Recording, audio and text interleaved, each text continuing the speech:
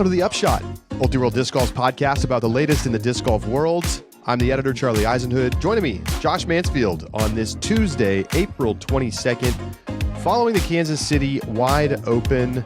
Happy Easter, everyone. Josh, you are in some sort of well-lit prison cell. That's right. I made a mistake. Actually, Charlie, I'm in our new house down in Spanish Fork, Utah. I mentioned on the Rapid Reacts on Sunday. I'm actually going to be moving to Utah. I got accepted and got a scholarship to go to law school down at BYU in Provo, and so my wife and I are going to be heading down here, and already started moving and got the work, and I'm down here just unloading a truckload of stuff, and I made a poor choice in the room that I set up in for today. Huge congratulations, Josh. That's awesome. Thank you. So you start in the fall. When do you start? I started last week in August. Nice. Yeah. So are you just kind of chilling right now then for a while? So I actually teach the LSAT full time. Yeah. Okay. I left my other job because I got offered a job to teach the LSAT. So I've been doing that for a couple of months. Welcome to the tutoring universe. Thank you. I appreciate it. It's nice. I mean, I get to work from home. I get to work from wherever I want. I set my own schedule. It's really nice. Before I was able to go full time at Ultiworld for the first like 6-7 years, I just paid the bills with tutoring.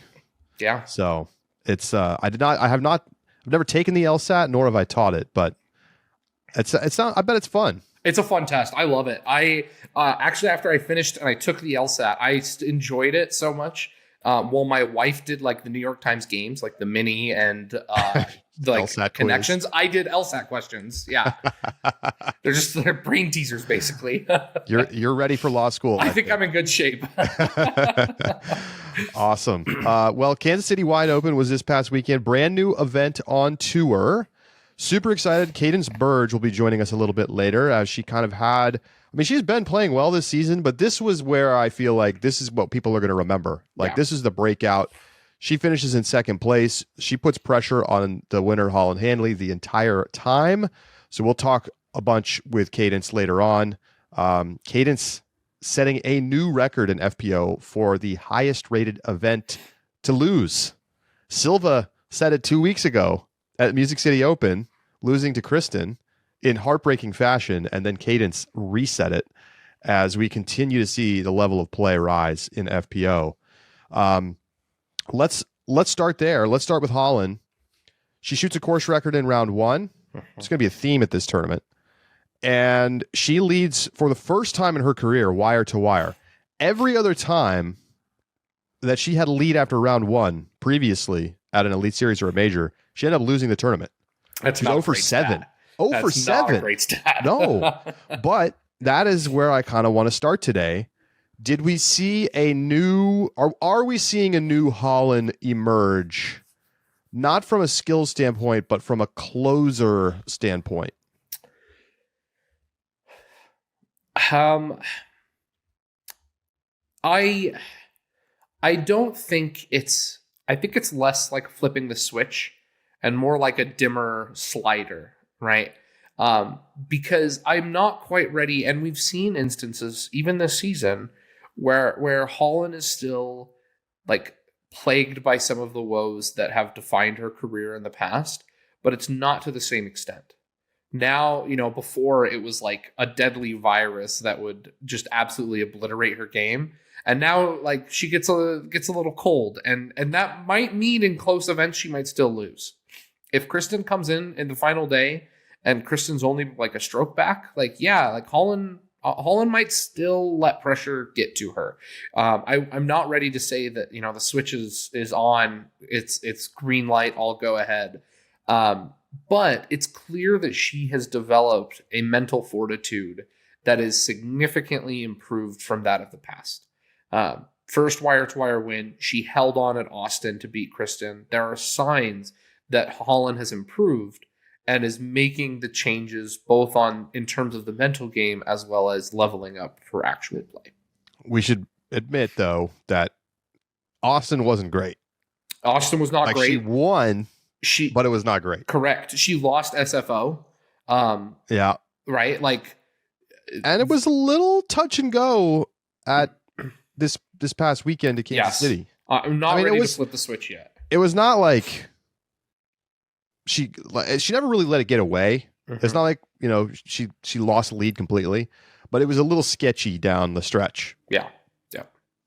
Yeah, it was. And so that's like, when I see her go a final round without like completely duffing an approach forehand, then maybe I'm ready to say, yep, okay, we're in good shape. But that forehand is just still like the very clear indication of when she's nervous. Yeah, I think, you look at her round ratings. 1028, 1018, 1009. So got a little bit worse each round. Now, listen, clearly nitpicking.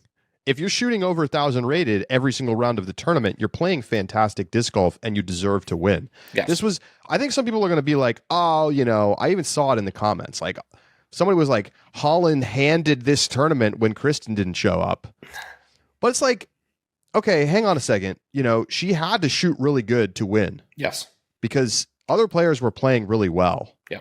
And, look, whatever. You want to say the hypothetical, if Kristen was here, she would have won the tournament. I would hear you out, but I also don't think that's a guarantee because Holland averaged, mid 10s. Yeah. For the tournament. That's great. Like Kristen isn't shooting above that to win events all that often. So the other thing, Holland is now averaging comfortably over 1,000 rated in 2025. And maybe is on her way to being the next player to get to 1,000 rated. It doesn't seem outlandish. It does not seem outlandish. She needs to quit playing A tiers if that's her goal. I know. We talked about this on the Reacts. Oh, gosh. She played in an A tier last weekend and averaged like 967 golf. Own cooked her at this event. And so the problem is that these A tier courses are I think in most cases, not going to be designed in a way to like for Holland to take advantage of her distance. And so, I mean, it makes sense. It's why Own just mops A tiers on off weekends, is because, I mean, Own does a good job of making up for her distance limitations. But boy, when you go to an A tier where distance isn't as big of a deal, and I don't know this course at all. So if someone is like, Josh, you're completely wrong about the course, so be it. But the typical case is that A tiers do not have the same distance as a Pro Tour level course. And given that is the case, like, Holland, stop playing in events if you want to make it to 1,000 rated. Maybe she doesn't care about that, but I don't believe it. I think maybe the pros marginally care about that, but I don't think that should be a motivating factor. Like, if Holland needs to go work on something in her game and wants to throw all four hands at some A tier, okay, sure. Like, who cares? 5,800 feet, by the way, Charlie, for that A tier course. Oh my gosh. Overall, though, super impressed. Holland looked great. Putter looked good. Forehand looked really good. When she got into tough spots and was like made a mistake here or there, she corrected. It was like she shot her worst round of the tournament in round 3, but had some clutch moments. How about the circle 2 make, her lone circle 2 make on 16 for that final round? Didn't really have it from distance. 1 for 9, but that putt was crucial. Yeah. To maintaining a comfortable lead going into the final 2 holes. And yeah, that was sick. I mean, like, Cadence took 3 strokes on the final 3 holes. To be fair, the stroke on 18 was a layup gift, so maybe don't count that. Holland still wins by 2. Yes. So it's like she did what she needed to do. Yep. She played great golf. She didn't get herself into really tough spots. And overall, like, the only reason this was close at all is because Cadence had a great tournament. Best tournament of her career. Yeah. No surprise there. The other thing, Charlie, to your point about, no Kristen, like, Cadence sets the record for second best, or for the best loss, best second place rating. Ella Hansen also shoots over 1,000, 1,007 rated event. Missy Gannon shoots 999. This was a strong performance from the American FPO field with the absence of the Europeans. And yes, you're missing some important players, but they really showed up this weekend. Yeah, I mean, I think Silva plays well here. I think Kristen plays well here, no question. I think Evelina would probably play quite well here. Lots of like gap hitting and like precise driving shots. It comes down to the putter for her. We all know that. So it's not like I put less weight on this win for Holland than I would at a full field. Bring on the major. Let's go. Yep. Let's go. Holland should probably be considered the favorite at Champions Cup. Is that a hot take? Ooh. Yeah. Reason being, the distance factor is enough for me to feel like Kristen is at a bit of a disadvantage compared to most other courses when, set next to Holland. I agree, but like mental game major Kristen, I think that you are giving more credit to the distance than you are the mental game. And I think co-favorites is like the most you could go with. I completely understand. And that's like the normal take. Right. It is the normal take. I just don't think that the distance take is enough to overcome. Interesting note. Kristen's never played at OTB. Oh. She usually goes home before Europe. Right. Yeah. So this will be the first time that she competes out there at Swenson. Obviously, she's going to play great. I don't question that. But I do think that Kristen throws far, but there's going to be a possibility that we see an Ella, a Holland, even like a sneaky wow Paige Pierce performance, like shine through. Yeah, it's very possible. Very possible. Gannon Buhr shot the round of the year in round one. Yep. 14 under, destroys the course record by 2 strokes, beats the field by 6 strokes. Absolute clinic from Gannon, including laying up a putt from circle 2 because he was shooting so hot that he didn't need it. And he rode that through to a comfortable victory. Thunderstorms in the final round affects the MPO final round. They have an hour delay. They come back out of the course. Everybody gets ready to go. They blow the horn. Immediately lightning strikes. And they're back off the course for another hour. So they end up deciding to play just 9 holes, which Gannon has a 7-shot lead. It was... Do the math, folks. It became shockingly interesting, but never really got close. Yeah. So Gannon wins comfortably. I think he wins comfortably if they play 18. And he looks like all the way back, Josh. Oh, yeah. Yes. All the way back. It's there. This is the level. This is the ceiling that Gannon has that makes him so lethal. It is the fact that not only has he been the best on the tee all season long, but when he combines it with a best on the tee, elevated for the weekend, and a near perfect putting performance, no one can touch Gannon. I think that if Gannon plays his game and to his level, there is no player on earth that can shoot anywhere close to him. Hard to argue with that considering what we saw in round 1. Yeah, who would you put ahead of him? Who do you think has a higher ceiling than Gannon right now? No. Ceiling? In a given weekend? None. No one. And honestly, his lows aren't that low either. He's not the pinnacle of consistent. I mean, he's not. Gannon doesn't finish on. He's not like the podium rider this season that he was last season. In the same extent. It just feels like he's not. I guess the problem is it doesn't feel like he's contending for wins as often this season. And that's how he kind of started the season out. But Gannon is back, and a ceiling like that, you would absolutely take. Because even last season, we talked about AB and AB's phenomenal skill set. I don't even care anymore. I think Gannon is the best player on earth. His rating shows it. This weekend shows it. And I think right now, just this weekend, he just locked up Player of the Year thanks to his performance. Wow. It's done. It's done. Projecting ahead, you just think that he's going to be so good that there's no chance he'll win Bodie again. Wow. No chance. Bold take, considering that there are other players with multiple wins. It's fine. Including his own teammate. By the way, another Discmania win. I think, but Holland gets a Discraft win, so. But let's look at MPO. Last three tournaments, Discmania. Yep. And then previous two were Discraft. Yeah. Will anyone else get a win? Worlds, yeah. Latitude will get a win. Is Calvin going to get one this year? I'm sure Calvin gets one. You got to think so, right? Yeah. No Jonesboro, that's tough. But no, like he'll get, I don't know, like Ledgestone or something. I mean, why not OTB? Why not Champions Cup? Because it's a major. Calvin fans everywhere are like, shut up. God.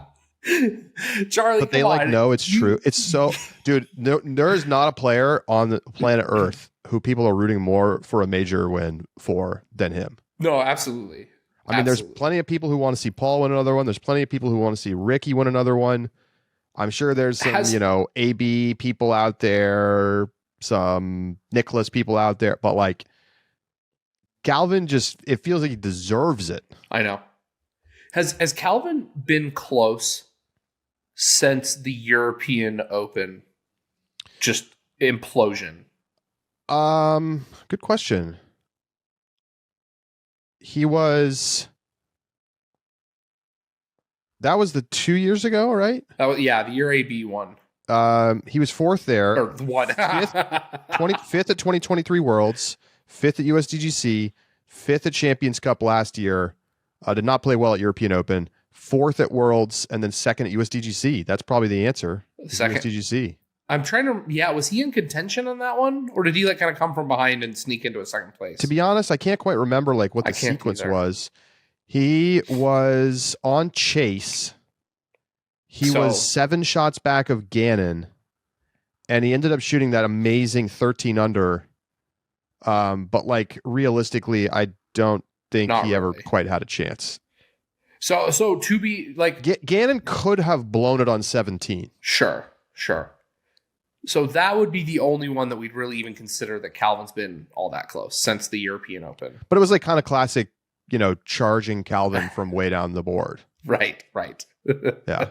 After he's already played himself out of position. Yeah. I mean, I think he is going to get one this year. Oh man, give me the bet, Charlie. You name it. I also think Kristen's going to sweep the majors. Don't forget about our Ricky bet. Oh my gosh. So much going on. Anyway, Gannon looked fantastic. Obviously, super bizarre start to the final 9 holes. He said in the interview afterwards that he just woke up in the morning and did not feel good. And he came out, he had a birdie putt on the first, really makeable. And he clanked it off the cage and that rolled out of bounds. So he goes birdogey. And then is kind of has to make a hero putt on 2 to save par, and he does, to avoid giving up a stroke. McBeth misses the putt, which was a theme this weekend. We'll get to that. And then on 3, he just plays it horrendously and double bogeys. And McBeth birdies, it's a 3-shot swing, and all of a sudden it's a ball game. Yeah. And then he figured out how to play again, and on a really tough stretch of the course, got birdie on 5, 6, and 7. He put it away. That was it. He finished the last 5 holes 4 down, which was the best.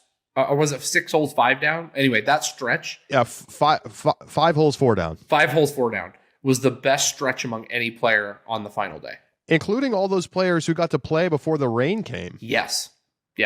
Good weather. He did something that literally nobody else that day did. And just an absolutely psycho shots. I mean, the shot on 6 was my god, incredible. That was so from good. A knee, low ceiling, insane forehand line, miraculous circle 1. Gannon is the most talented disc golfer on earth right now. I don't think there's any disputing it. It can't be.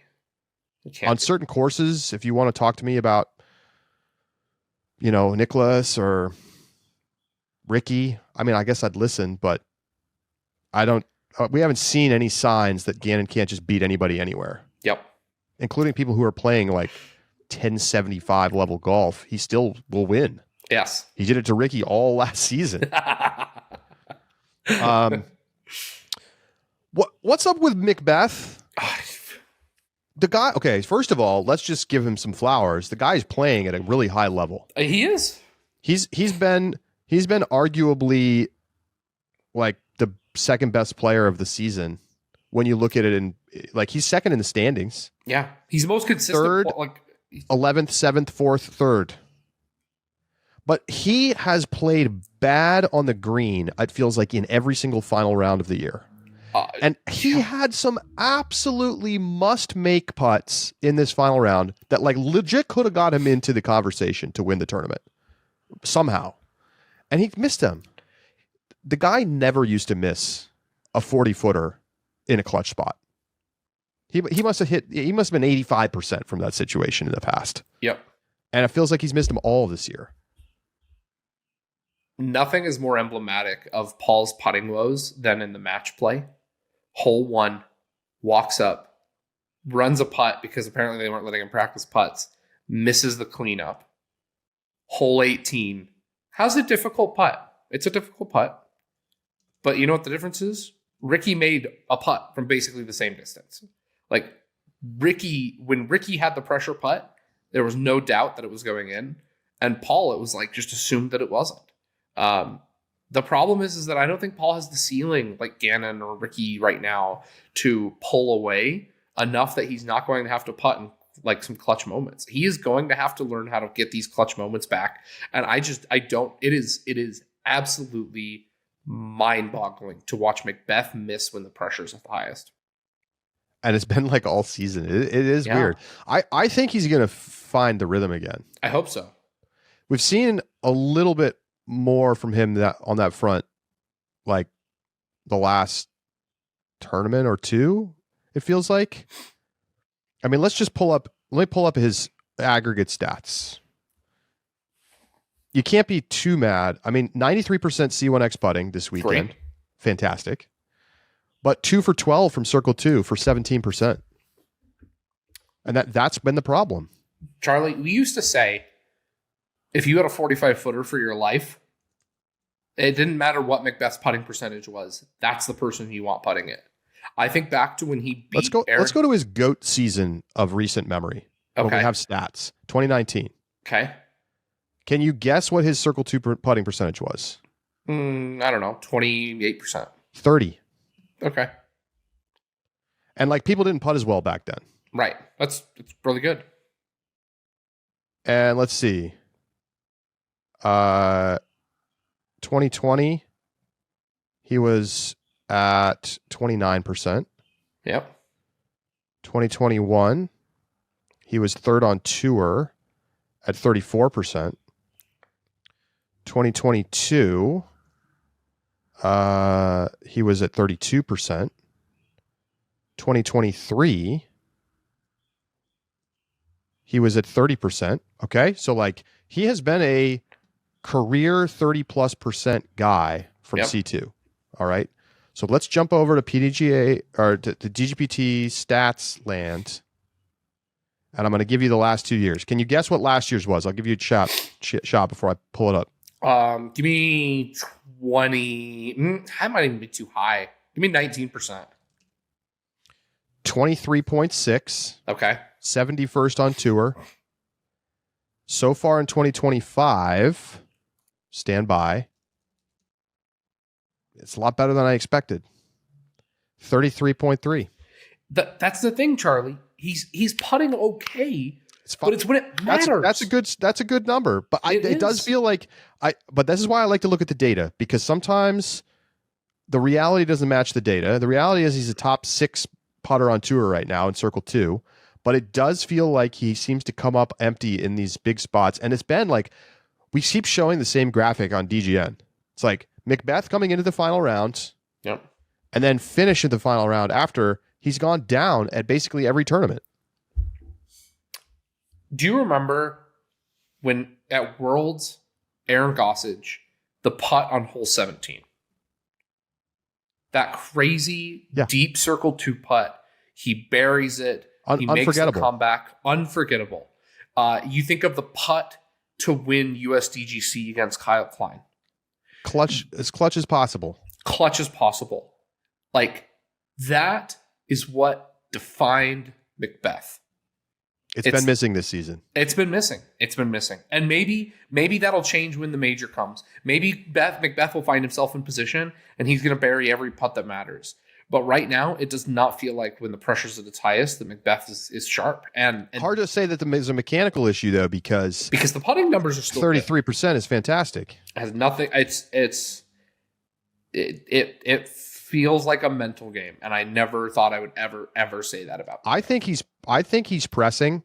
I think there's something about like really, really wanting to get back into the winner's spot that's like causing some issues on the final day.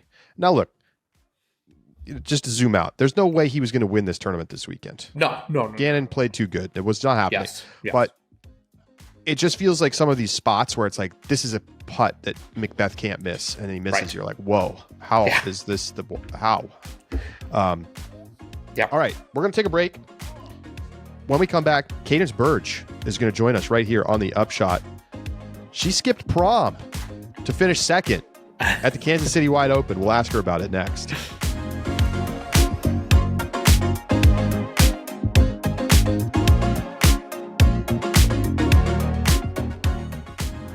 The Upshot is presented by Pound Disc Golf, makers of the best bags in the sport. And check out how some of the Pound ambassadors did this past weekend. Ella Hansen, 3rd place finish in FPO. Valerie Mondahano also inside the top 10, finishing in 7th place. And how about Joey Buckets, his best tournament of the season? He finishes inside the top 10 at 9th. And Sullivan Tipton finishing in 11th. So many top pros carry a Pound bag, and that's because they're simply the best option.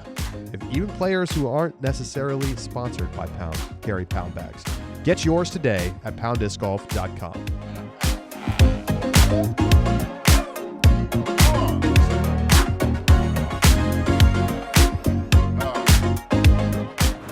Joining us now on the Upshot is Cadence Burge, the breakout star of the 2025 Pro Tour season.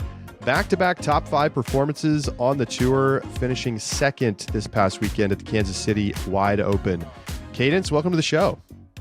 Thank you. Thank you for having me on. Well, thanks for joining us. I got to ask you right off the top. You skipped prom. We saw on Instagram you skipped prom to play this tournament. You feel like you made the right choice? Yeah, I would say I made the right choice. Definitely, financial wise. It's less about the actual. I had a lot of replies to that story of people being, "Oh, prom's not worth it. Prom's overhyped, anyways." But it wasn't really about the prom itself. It was more that like my friend group that I'd been friends with for like 5 or more years. Like I have to like watch them all post pictures together, and I'm out here like on my own, like with none of my friends. So I guess it just makes you feel kind of lonely. I feel like it can be a little lonely out there on tour, huh?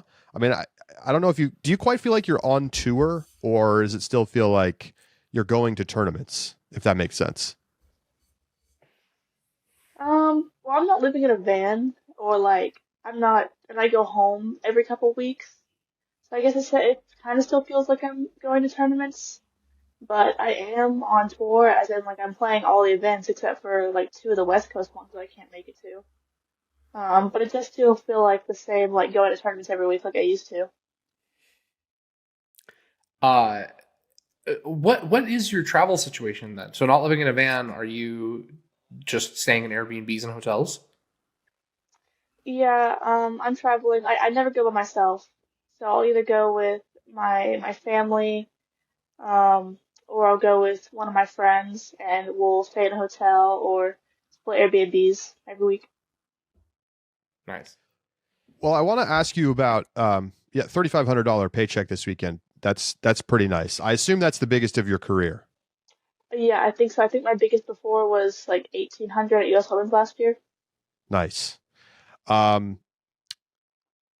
This was a fascinating weekend. What did you think of the course, and kind of how your game is shaping up so far this season on a pretty technical track? I really enjoyed the course. It's maybe my favorite we've played so far this year on tour. I played it a couple of years ago for the Silver Series that they had there, and I remember really enjoying it then, and I felt like it fit me really well, so I kind of had a positive mindset going into it. And I really like the changes they made before the FPO division. Kind of seemed like they were like kind of a side thought.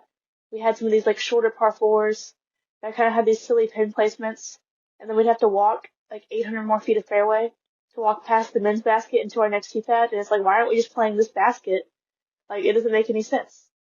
But I really like that they were able to make the property have very scoreable holes for FPO. There was some woods that were involved, but it wasn't just all tight lines. They managed to have it like relatively open, but at the same time have like clear landing zones, which I really liked. You have so what about this course do you feel like shapes up for your game in particular the best? I would say probably it involves like accuracy on like a smaller level, like hitting gaps and landing a shot somewhere in between like 250 and 320. I think that's something that I'm good at. Um, and I did that on a lot of the holes. I also had a bunch of par threes that were inside of 330. And those are usually what I score on as well.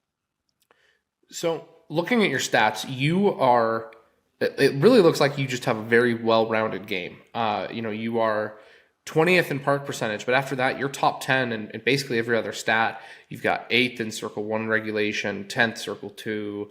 You've got 5th in Circle C1X putting, 12th in Circle 2 putting. I mean, just an all-around, very well-rounded game. What do you think has made this season, and particularly along your game and your performance, your best season so far? What do you feel like are the areas that you've been working the best at to level up that game? Based on the stats, it is pretty clear that the thing that has helped the most is circle or green in regulation, circle 1, circle 2 in regulation. Going back to last year, you can look at my stats. I was absolutely awful in C1 and C2 in regulation. I wasn't getting any putts, which is something how you score and play good. You'll notice that all the top players, even if they're missing like half of their putts, they're the ones that are getting up there and getting putts for birdie, and so they're still parring. Versus all the players that are mid to bottom are not getting all these putts for birdie, and so this is how we're taking bogeys and beyond that.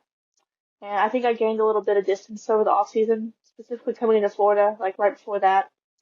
That has really made a big difference in the confidence that I have in shots, and I think that's what's helped. When you woke up on Sunday, were you thinking I can go out and win this thing? Yes. How do you feel like you played? Do you feel like you gave it your best shot to win and Holland just did enough? I mean, I wouldn't say I gave it my best shot. Technically, ratings wise, I did give it my best shot because it was my best round rating ever. But I mean, like, still looking at it, I, like, on 17, I missed, like, the 50-footer. I didn't birdie 15. Like, I could have done more. I didn't get up and down on 12. I bogeyed hole 2. Like, I missed the islands. So there was still, like, plenty of mistakes. I'm like, oh, if I had just made that island, that would have been 2 strokes right there. Um, but I mean, at the same time, I still played pretty good. I mean, I shot one of the best rounds of the weekends. I didn't even know how good I was playing because I was so focused on the fact that like I was hoping that maybe I'd catch it somehow, I guess. And so when after I finished, my caddy was like, "Oh, you shot the hot line." I was like, "Really? What?" Like that. Did you feel nerves or any kind of pressure watching the round? It didn't seem like it. Felt like Holland was the one who was sort of dealing with the pressure of having the lead. But it's just surprising. You're so new to tour still and such a young player that you looked completely unfazed.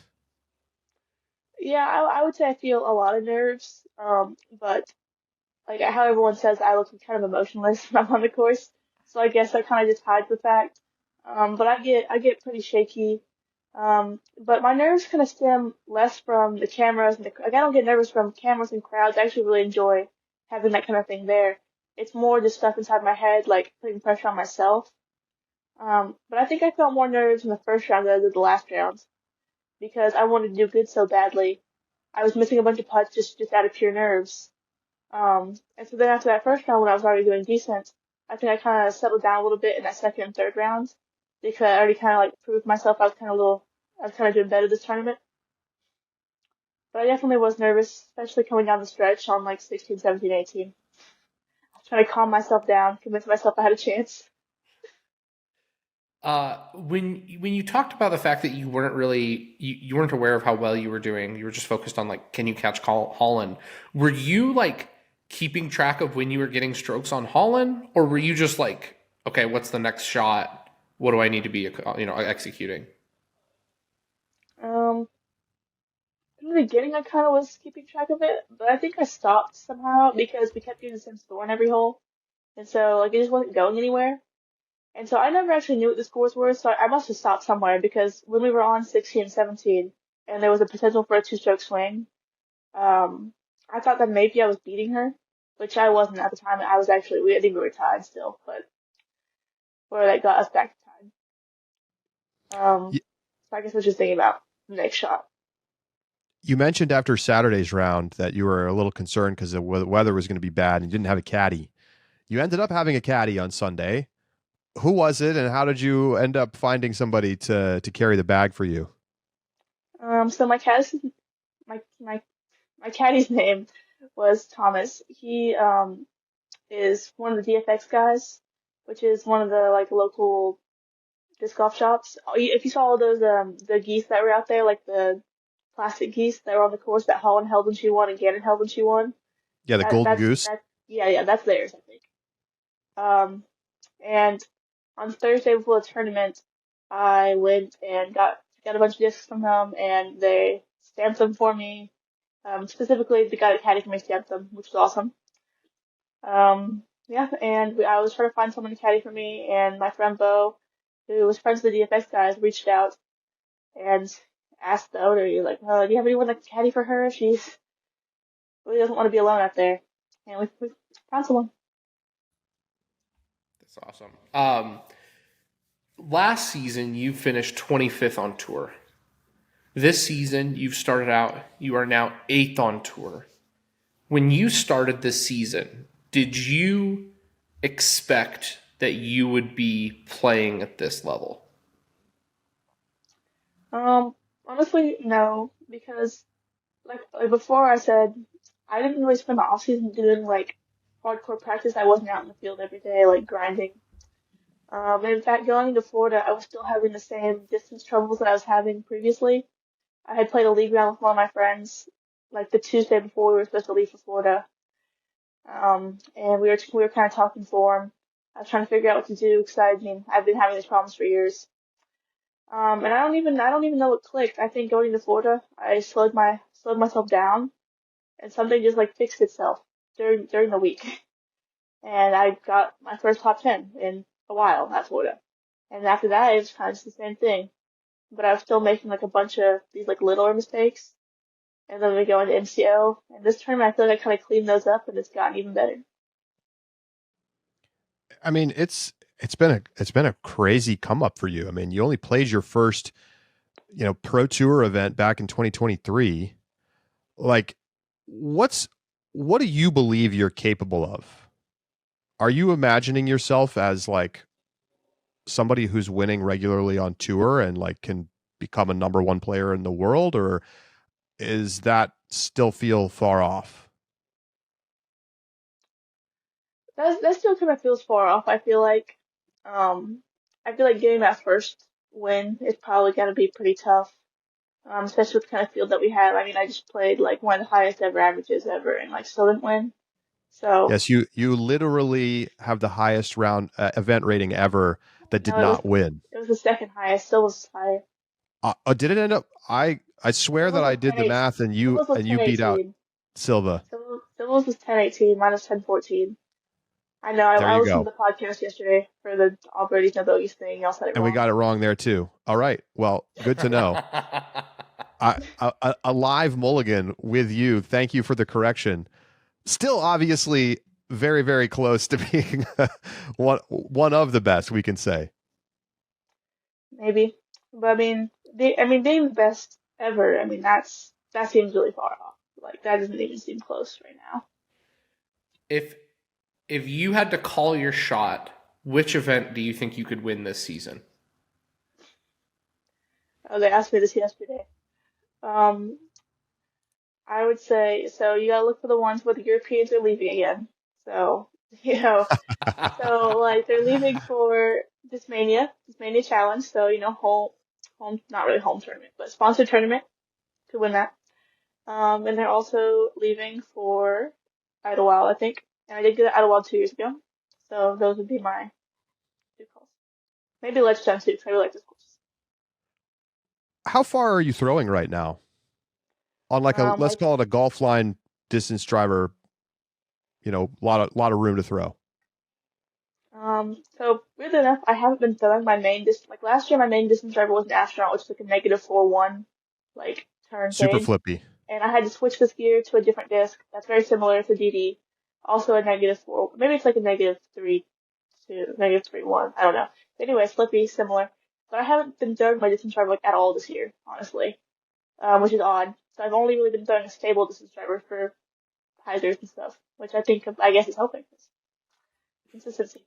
But if I'm throwing my main distance like my DD, I could probably throw it like 350 or 345, 350.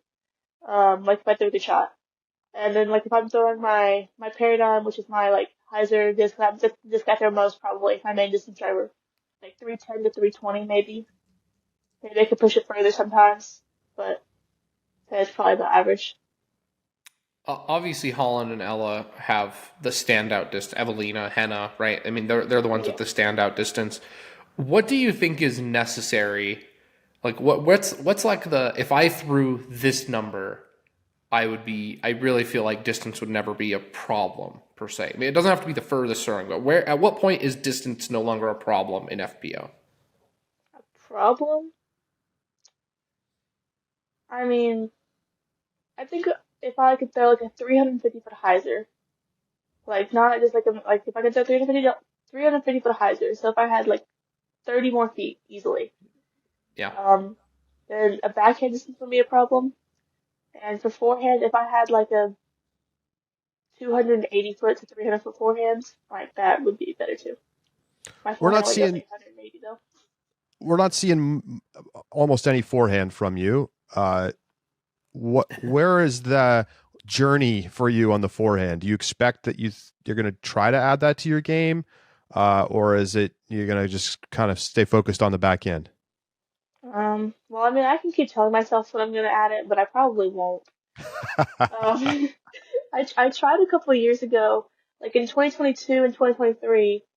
I started doing a bunch of forehands, specifically like in practice and leagues, because my dad wanted me to develop one. So I was throwing a bunch of like extra shots and practice shots with it, and I started to get to where I actually had one. And in tournaments, I would throw forehand up shots. I wouldn't like go for it off tee, but if I had like a 150-foot shot that called for a forehand, I would throw it. Um, and so it kind of got better, and I kind of had one in 2023, specifically at Idlewild that year I did good. I remember throwing this really good forehand on one of those par fours in the back nine and getting a birdie. And I was so proud of myself because I like never get birdies with forehands. Um, and then for some reason, I just stopped. I think it's because in 2023, after Idlewild, I like lost all my distance and I got super depressed. And so I stopped playing a bunch. And I think that also resulted in me stop throwing forehands because I was so focused on how bad my backhand was. And since then I kind of just gave up on it. And now I never throw it unless I have to. Which doesn't work usually, but Are you on a year-to-year deal with Discmania? yes I am. Okay. So, you're a senior, right? Yeah, I'm about to I know you missed graduate in prom. about a I month. thought you said senior prom, but I couldn't remember. So what's you finish school, um, like, are you? What's the dream? What do you imagine being different about next year? I mean, obviously, you're basically playing a full tour this season. So how do you feel like it's gonna, your life is gonna change when you don't have to do school as well as touring? Well, it's probably not going to change because I'm going to do online college instead. Okay. So it'll probably get worse, to be honest. because now I'm gonna have to be doing schoolwork that's even harder, and also I'm gonna have to be paying like 5K out of pocket every couple months to go to school. That's fun. So I'm probably gonna be broke next year as well as doing schoolwork and traveling full time. That's gonna change. Right now, at least I can afford it. Next year, I don't know. Are you gonna go out in a van type situation, or are you gonna stay at home? Go out and I don't have a car right now. But I don't plan on getting a van to travel in at this moment. I don't really feel safe as like an 18, 19-year-old girl sleeping in a van by myself every day, Sure. personally. But that's just that's just me. That's the guy makes complete sense. Um, so let's talk a little bit about the Champions Cup coming up. I know you're going out there. You're not playing many of the other West Coast events, but got the first major of the year. What are your expectations of what you're going to be able to do? I mean, you got confidence has to be sky high after two straight top fives. Um, I've never played that course before, so I don't really know how it's gonna play for me. The property looks nice. I'm hoping for some warm weather. But it's weird because my confidence feels high in both like the same as in low. Um, because like twice now, like for the past couple of years, I'll gain a bunch of distance and I'll start playing a little better, and then like my distance will leave me for some reason. And oftentimes like it'll be like I don't play for 3 days and like it's just gone. And so now I'm like super paranoid that like I'm gonna wake up the next morning and it's just gonna be gone. Like including for Kansas City, I was like, I'm gonna wake up on Sunday and I'm just not gonna be able to party anymore. It's just gonna all leave me. I'm not gonna be able to aim, not gonna be able to putt. And so I'm like, I guess I'm a little paranoid, even though that hasn't happened yet this year. I've been playing good for like a month and a half straight now. But I guess that also doesn't bode well because eventually it's gonna stop. It's so interesting to hear. I mean, I completely understand the sentiment. Your form looks really quite good.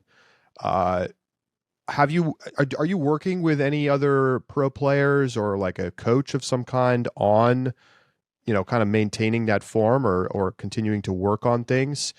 Because you seem to get a good brace and get plenty of snap, and you were throwing it super far this weekend. Uh, no, I'm not really working with anyone specific. I mean, a couple of my friends that have good form, I play with all the time. I feel like I kind of like discuss it with them, and kind of think about things that I need to be thinking about or changing. They're the ones that told me that I need to slow down, because I guess I was going too fast and that was messing up my timing. But I'm not working with like a coach or another professional besides my friends on it. Have you considered doing like getting coaching or doing something a little more regular in that training space? Not honestly, no, not really. I haven't considered it. A couple of years, like in 2022, 2021, I was working with a local guy a little bit on form. We would go out and do field work together every day, because my dad asked him to help me, and I think that was helping me. Um, I guess I thought about it a little bit because because they have like that, what is it, the power disc golf thing. My dad's like said I should look into it, but I feel weird like posting my form for other pros who well maybe know who I am. I guess it just feels weird. Yeah. Like if I ask Colin for like, hey Colin, can you give me some form tips? I need to pay you. You could ask somebody in MPO. Actually, yeah, that's true. She's the first one that came to mind. Just like her and I don't remember who else it is. Can Yuli, you help some me other get people. better so I can beat you? Colin, can you please give me your forehand? What's it been like, playing with with the top FPO field and having these big moments up on lead cards? Is it is this like is it thrilling for you? Does this feel like just a natural progression? You're one of the youngest players on tour right now. I think at this point, it feels good. Like it feels like I kind of belong with these people and kind of proving myself that when I play with them. I can shoot just as well as they are. But it wasn't the same last year.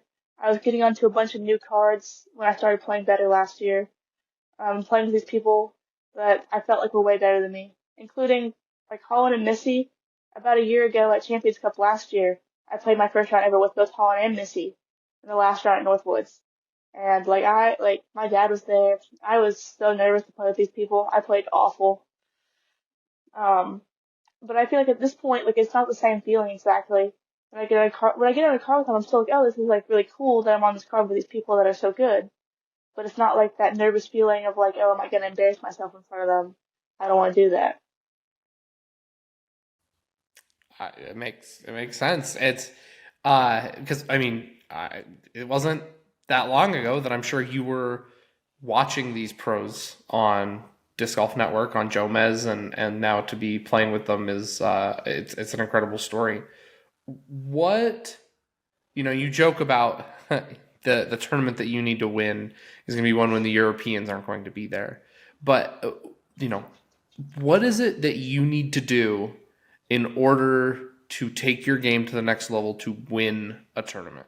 Is it mental? Is it something about final round? Is it like what in your mind is going to be the difference or that you're going to need to do at the tournament that you win? See, at this point, I don't know, because before I would have said consistency and being able to just like easily forget those bad shots, move on, continue playing great, and then play like 3 rounds over 1,000 probably. But then I just did that though, and like played my best tournament ever, one of the best second place finishes ever, and I still didn't win. So like now I don't know where I can go now. I mean, I could say that I need a forehand, I guess. But I mean, there's still plenty of shots that I messed up myself without a forehand being the difference at all. I mean, I took a double bogey and at least probably 4 or 5 bogey strokes during that tournament. I think I had the highest birdie percentage. I guess based on the fact that I had the highest birdie percentage, probably taking less bogeys. But I still bounced back from them pretty well though, which I was happy about. I putted really well in the second and third round. I felt like my mental game was great. Um, I mean, there's not much that I can change if that's how I'm going to play, I can't be mad about losing. That's a great way to look at it. As sometimes you play great and another player just simply plays better. Tell us a little bit about how you got started playing disc golf and how you ended up at this point where you're playing this well at age 18. So I started playing disc golf about 10 years ago at this point. When I was 8 years old, I played my first tournament. I had kind of already been around discs my whole life because my dad got into it about when I was born. And he played really casually. And he was getting me into it. I guess I was kind of enjoying just throwing stuff. But that tournament I played when I was 8 years old was my first full round ever. I think I shot like plus 56 at my local course. That I just shot like 14 down at last week. So we got a good Amazing. good progression there. I think it was about 90 rated. I didn't even know you could shoot rounds that low. 70 strokes better. That's crazy. Yeah. And I played kind of like casually with him and his friends in like a tournament like twice a year for a couple years. And then when I was about 10, I quit. One morning, we woke up to go to a tournament, and he woke me up, and I was like, I don't want to go. And he's like, okay, stay here then. So he left me here. And I didn't go, and I just didn't play again for a year. I don't know why I did that. I guess I just stopped having fun, which, fair enough. And then I kind of got back into it in 2018, like still before COVID, got into 2018, played all throughout 2019 and started seeing some improvements. I think I got back into it because I played this round with a girl and I had never beaten anybody before, and I beat this other girl. And when I realized that I could be someone, I guess that kind of hooked me onto it. The competitive side, anyways. Played a bunch of tournaments in 2019, got even better in 2020. I think I had like my first 900 rated rounds. So proud of myself. And I was like super excited to go to Junior Worlds and Am Worlds and stuff. But then it got canceled for COVID. And I was so sad. I wanted to go to Junior Worlds so badly. I had been like stalking all the people that were good juniors at the time. I did that for like all the time, but I was still an AM and a junior. I talked to everybody that was good and relevant in the junior and AM fields, and I have fun doing that. In 2021, I got sponsored by Discmania, and so I changed my bag over, and I got better again. I put a lot of work in 22 in late 2021, early 2022. And then I won M Worlds, which is kind of the start of like maybe I can actually like do this as a career or something. So that was crazy. That was a huge win. Um, I won the NADGT thing later that year, in like October, and then I started playing some pro tournaments that accepted cash. In 2023, I played my first pro tour event. I played terrible. I was in like last place after the first year. I shot like plus 20. And cried a lot. It got a little better after that. I think when I played KCWO Open, I played decent. It was a silver series, so kind of like a semi-pro tournament, but still played good. Got sixth place. And I think like mid 2023 is kind of where I started getting some distance, getting some confidence. I played really good at Idlewild, and at US Women's later that year. And last season, I guess I kind of put a lot of pressure on myself to try to play good, and I just wasn't doing it. I didn't really have any good events, pro tour wise. I had like an 11th place finish, but still, like I just couldn't crack the top 10. It was really hurting me. And over the off season, I worked my putting a lot. Even though I wasn't a bad putter last year, I still changed my putting, and I put a lot of work into that. I gained some distance, and then I came out this year and started playing better. That's awesome. Are you mad you never won a juniors title? Yes. Bro, I am like that. The Junior Worlds lost in 2022. I cannot believe that I lost that. I played so unbelievably bad that week. It was awful.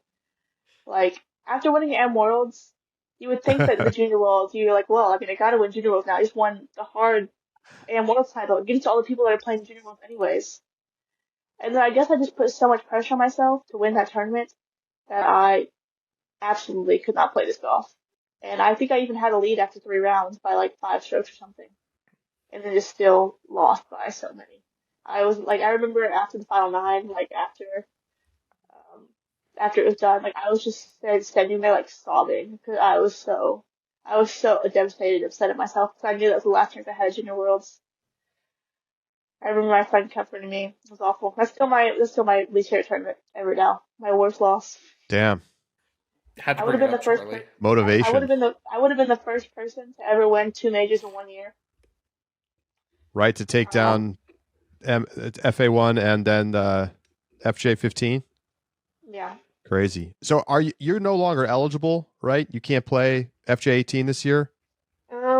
I mean, technically, like age-wise, I can. Like, I just turned 18, so like I'm allowed to play FJ18. Right. But I don't think you can play juniors when you're professional. Yeah, I probably think not. once you declare as Let's professional, take money. you're no That's it, longer- right? Yeah. You definitely can't play Worlds, but I'm assuming you can't play casual FJ18 either.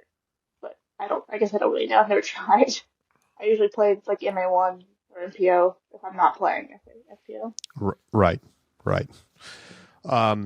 All right. Well, what's what would you say your clear goals are for the rest of this season?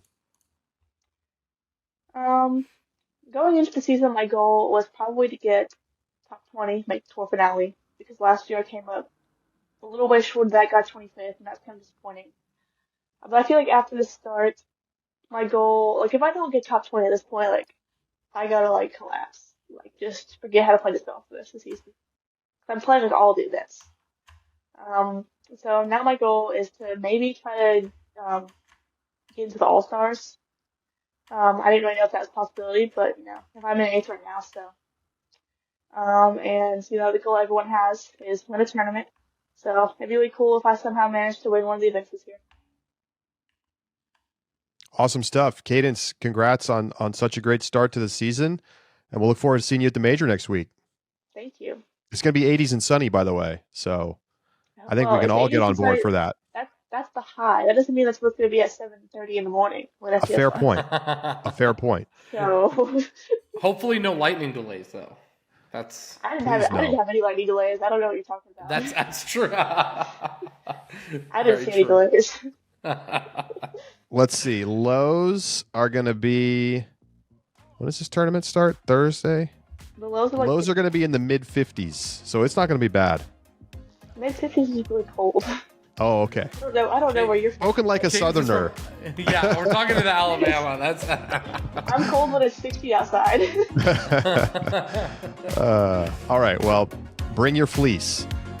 Cadence, thanks so much for joining us. Yeah, thank you for having me. We'll be right back.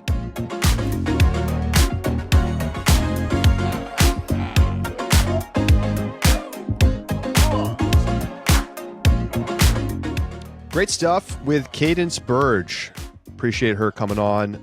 Josh, what the talent level that she has at this age is crazy. I mean, her ceiling is already way higher than Ellie Mittling, Emily Weatherman, Stacy Kiefer, like you name other young players. Cadence has already surpassed all of them. I know Emily has the win, but to me, like I'm seeing a level of skill set that is far above what we're seeing from these other players. Sure, Mittling can throw further, but the polish, the putting, the game planning, the competitive fire, like it just seems like more locked in Cadence. I will say it definitely makes me encouraged that we have another FPO Discmania player who can help with my Discmania Discraft bet. That is encouraging. Here's one thing I want to say right now. PDGA should absolutely change and get rid of the amateur status of Junior Worlds. You have amateur worlds. You're saying that they should allow anyone Yes. to play a young. Yes. Even if you if are they're 18 pro. years old, I don't care if you go pro. If you have an 18-year-old who wants, like, the fact that you force kids who are 17, 18 years old, who are good enough to compete at the professional level, and you make them choose between starting their career in disc golf or staying to try and win a junior championship is a terrible decision. We have an amateur world championship. Why is this just a duplicitous amateur championship? It shouldn't be. Cadence should have every right to play in this world championship. She's still 18. I really don't disagree. I think like this there are so few players for whom this actually like binds that like why not let the person be like if she's the best 18-year-old, she should be able to win a junior title. Right? Yes. I completely understand it from an amateur side, right? Like you want to have your amateur champs Yes. completely That's fine. separate from the That's pro fine. world. Completely I fine. agree. Completely But fine. I guess I would want to hear more about like what the justification is for why you want to carve it out junior, specifically like non-professional. And if because it's you I mean, I have, guess like, it's like designed to be only for players who are not that good in some ways, right? But that's then whoever wins FJ18 this year, I'm gonna go, congratulations, the best player wasn't there. Sorry. Savage. Right? Like, sorry. Josh immediately putting them in the shed. Well, that's right. But like if you really want to have a protected division, do what they do at like Masters Worlds, where you have MP40 and MA40, right? Have Well, but the like, problem is who's playing in the professional, quote unquote, side of juniors. Like there would only be 2 or 3 players. Max. the FA ones who actually want to earn a legitimate junior title. Listen, I just don't think it's fair that Cadence doesn't get to play Junior Worlds this year. A fair point. It's a fair point. I really don't. One little note I'll have, and we were talking about this a little bit off the air. Holland caught some really nice breaks in that tournament, and Cadence caught some bad breaks. Like upshots that clipped the last tree. Holland like had some miraculous moments during that round. Like tee shots that were like not good, getting into the circle, and not ending up deep in the woods on 16. That's how it goes. That's disc golf. Sometimes the breaks go your way, sometimes they don't. Sure. And I just think it'd be interesting to watch that round played, 5-10 times. Like roll back to Zuka replay. And I don't know. Like I think there's a world in which Cadence wins that tournament. A lot of breaks consistently win against Cadence. Yeah, I actually felt like she had like more normal results, and Holland got that's unusually lucky with some shots that probably didn't deserve it. Yeah. Welcome to Woods Golf. Right. Yeah. Sometimes better to be off by 5 feet than 5 inches. That's right. Right. Like. All right, it's time for Pursewatch and picks. Let's go to Pursewatch. MPO payout 61,894. FPO payout 28,106 for a total purse of $90,000 on the nose. That is the second highest purse of the season, Josh, and almost as much money per person as the Elite Plus event, the DGPT Plus event, it's now called, I guess. That was $614 a person. This was $604 a person. $11,500 to Gannon Buhr, $6,500 to Holland Handley, and up 20% over last year. It's a fantastic payout. They killed it. This tournament's coming back, right? I mean, oh my gosh! If they cycle this off for DDO, I'm going to be pissed. But yes, outside of your two staples, Ledgestone and Idlewild, we have like the rest of the tournaments. Like so take out Ledgestone, Idlewild, the two that have been tour events for how long? These are right. With goated courses. Yeah, a decade of professional tour events on these courses. Take out those two. This is the best Midwest course that there is that we've played on. So you think it's you put it above Nashville? Yes. You put it above Emporia? Yes, 1,000 times over. Iowa, Pickard? Yes. What else we got? Preserve count? Kind of. Yeah, if you counted, I'd put it above it. Absolutely. There are some changes that need made. There are some holes that could use some tweaks, but it was so entertaining to watch. So entertaining. Yeah. And they did a very, very, very nice job for the tournament. I had the tip of the cap to the tournament staff this weekend. I don't know if we've ever seen an inaugural event run quite this well. And in a way, it's because it's not really an inaugural event. Sure, you're right. It was a silver. It was a Q series. They've had time. They've spent a lot of money and effort on this course. Kansas City has got an amazing scene. Mm-hmm. This has been it's 43rd time they've run this tournament. Right. This was a tournament. This was one of the tournaments that before there was a professional tour of any kind, that the pro players would come and play. And then it was on the NT for a long time. And then you're right. It wasn't on the pro tour. I don't even know why. I genuinely, it would be interesting to kind of talk about why it wasn't on the pro tour until now. But this is exactly what I hoped for when we would get on this podcast and say, we got to get out of Emporia and go to Kansas City. We want the fans to come out. We want the course to be better. It's just, it makes more sense. And it all of that played exactly out. The weather kind of sucked. What are you going to do? It happens. Yeah. We still got most of the tournament in. Match play was fun. The course has a few things that need to change. I need some differentiation in the par threes. I'd like to see one or two of the par fours tweaked. 18, not great as a finishing hole. It's okay.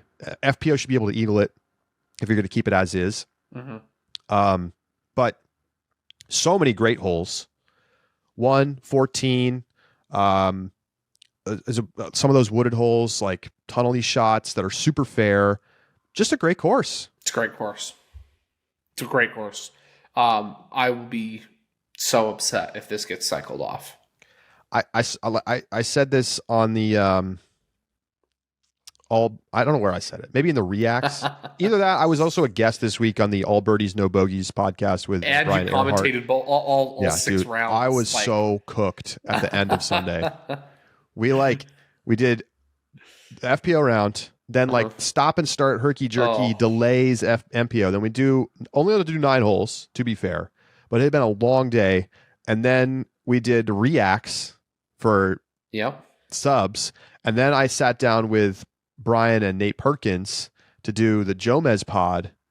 I had a 7 a.m. flight the next day. I was like, I must go directly to bed right now. So yeah, but anyway, I don't even, I lost my train of thought. At some point, what were we just talking about? The course being good. You were going to say something. You said, I said this somewhere. I said this thing that I've now forgotten completely what it was. Sorry. Stay tuned for next It'll come week. back to yeah. Mulligan brain failure. Oh, tough. Should we do picks, Charlie? Let's take a look at the picks. Okay, some amazing work from the subscribers this week. Oh, man. Josh wins over me this week. Josh with an 18.5 performance. I was a 14.5. We both had Holland and Gannon, so, not exactly a tough pick to make there. Josh gets a bunch of points for taking McBeth.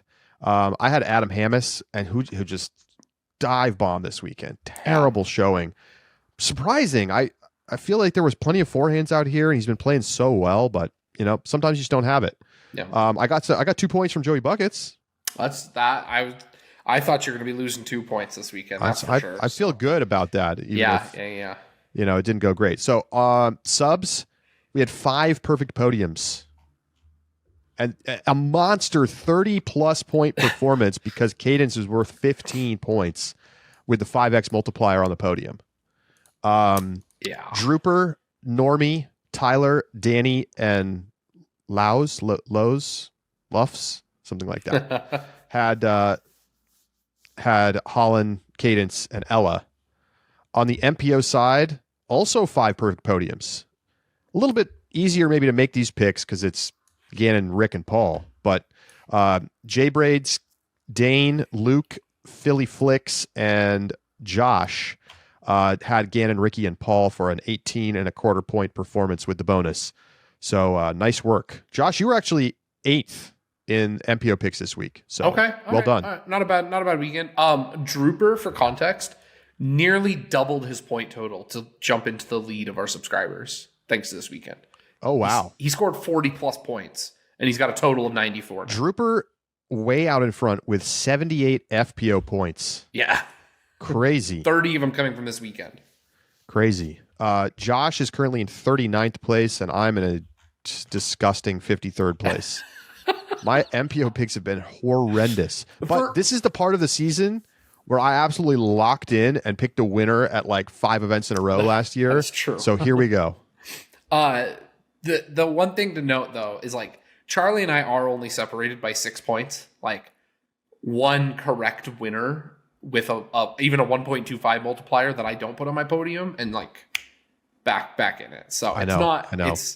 It's compressed. Cadence is going to be like heavily picked moving forward, right?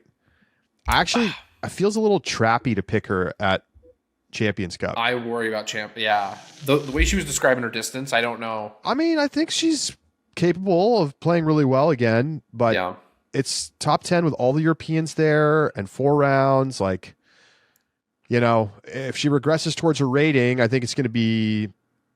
She might finish in that 10 to 20 range. I don't know, but hey, look, with 5x on the. 5x sitting there, it might be worth the risk. Top 10 to get you. I mean, she was a must pick this week.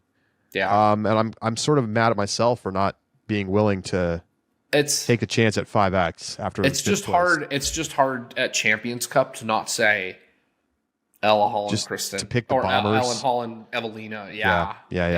That's tough. It's tough. It's tough to walk away from that. You're right. All right, I think that's going to do it for the show. Super excited. Later this week, we will have UC Merisma on the show to talk Worlds and just how crazy stuff's going over there. They just got Haribo as a sponsor. I'm hungry. The tickets have been absolutely bananas. And so always great to talk with UC. This is like the moment this year for European disc golf. And what I just see, just coming through on the wire, I got to pull up my phone to look at this. Charlie, while you're doing that, the one thing I want to say really fast. Yeah, go for it. When this tournament was announced to go to Swenson Park, there was a lot of disappointment because this is the wooded major. Sure. Right? And now it is not the wooded major this season. For this year. But I said the quality of the major and the ability to run it with a team like the Sean's run and the quality of the event can elevate that major to a level that putting it on a wooded track with a less successful team or less successful or already established infrastructure, like this is going to be a better quality as a result. I think that is proving to be correct. And I'm excited for this tournament because I think the Seans are going to put on a show and it is going to be very, very memorable. Dude, I think I'm disappointed that it's like doesn't feel like it's matching the sort of like what this major has been. But I'm over it. And now I'm excited. And I'm also glad the West Coast is getting a major. Yes. They haven't had one since Worlds Utah. Sacramento had the U.S. Women's in 21. Gosh, don't talk about that. Yeah, right. So we have this major coming up. We know we're going to have Worlds in Portland in 2 years. I think people are going to come out for this, and we'll have the Seans on next week. It's a annual tradition. All right, here's info. All right, let's hear it. European Disc Golf Festival signed a historic agreement with the PDGA, introduced the main sponsor of the 2025 Grand Slam tournament. They're going to unveil plans for the next 4 years tomorrow in a press conference. There's going to be a ton of like Estonian disc golf like royalty there. Kristen's going to be there. Representatives of the city of Tallinn, the Ministry of Culture, the Song Festival grounds. So it sounds like we got maybe we got a major locked in over here, or like at least a big tour event. They signed something with the PDGA, big sponsorship stuff. So keep an eye on it. We'll talk about it as soon as there's more. Maybe on Thursday's show. Sick announcement of an announcement. Love it. Yeah, we got to do that in disc golf. You know that. That's right. I mean, it that's more like a press conference like announcement. So like I will permit it, but I'm going to make fun of you because it's just a trope in disc golf at this point. Remember all that hype about the like youth disc golf thing earlier this year? Like it's like 50 websites with a countdown clock, and it's like a really expensive summer camp. I'm like, I've literally buried that. I completely forgot that was a Some people don't even know what we're talking about. It's like, glad we didn't bite on that. The future of junior disc golf. Okay. All right. That's going to do it for today's show. Thank you so much for tuning in. We will be back with you on Thursday with UC Merisma talking World Championships. See you then.